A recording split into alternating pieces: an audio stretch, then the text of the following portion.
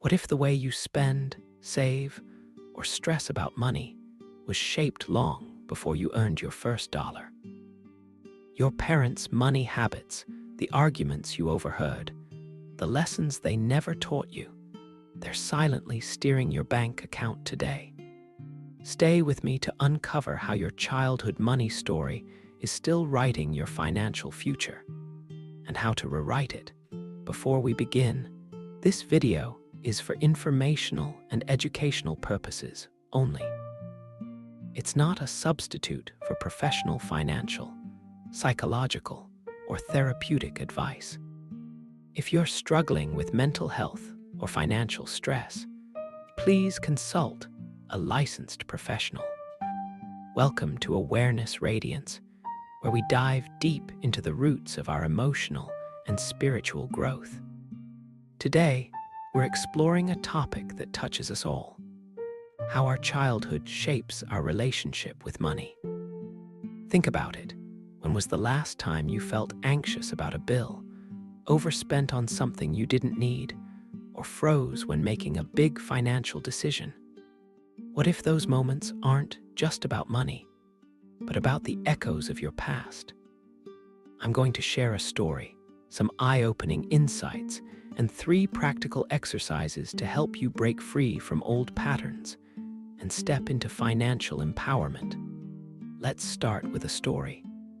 Imagine a little girl named Sarah growing up in a home where money was a constant source of tension. Her parents fought about bills late at night, their voices carrying through thin walls. "We can't afford that," her mom would snap. "You're reckless," her dad would retort.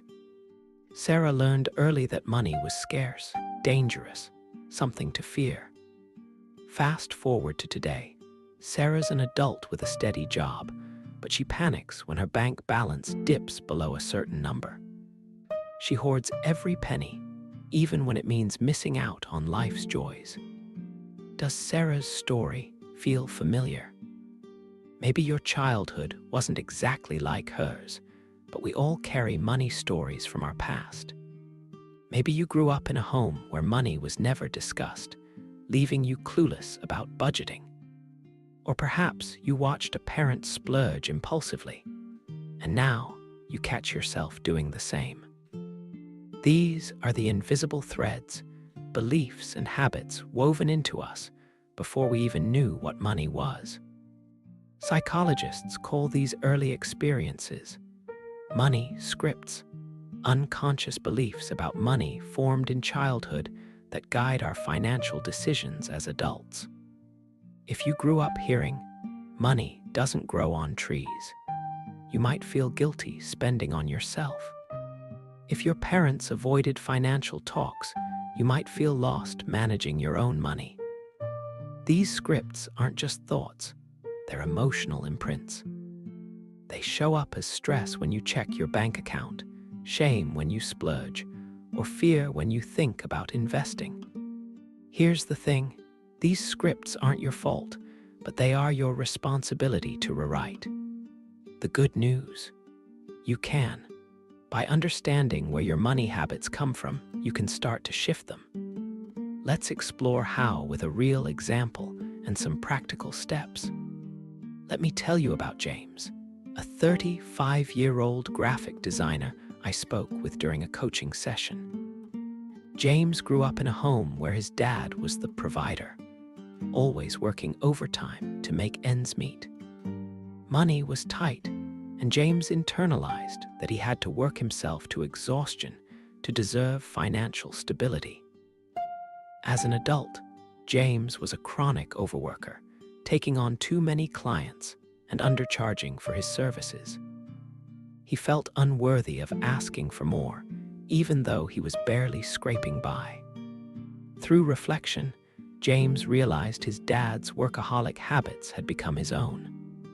He was stuck in a cycle of proving his worth through overwork, just like his dad. This realization was his first step toward change.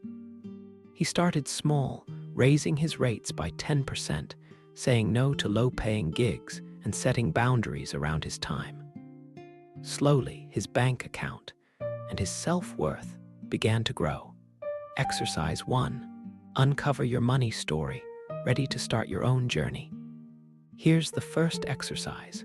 Uncover your money story. Grab a journal or open a note on your phone. Ask yourself these questions. What's your earliest memory of money? Was it a gift, an argument, a moment of lack? What did your parents or caregivers say about money, explicitly or through their actions? Did they save obsessively, spend recklessly, or avoid the topic altogether?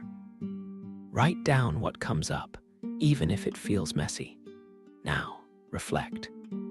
How do those early experiences show up in your financial life today?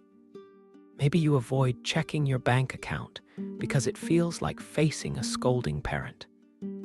Or maybe you overspend to feel in control, like you never could as a kid. There's no judgment here, just awareness. This exercise is about shining a light on the roots of your money habits. Exercise 2. Reframe your money beliefs. Now, let's reframe those beliefs. Take one limiting belief from your money story. Say, I don't deserve to spend money on myself. Write it down, then challenge it. Ask, is this belief true? Where did it come from? What's a new belief that feels empowering? For example, you could replace, I don't deserve to spend on myself with, I am worthy of financial freedom and joy. Try this visualization.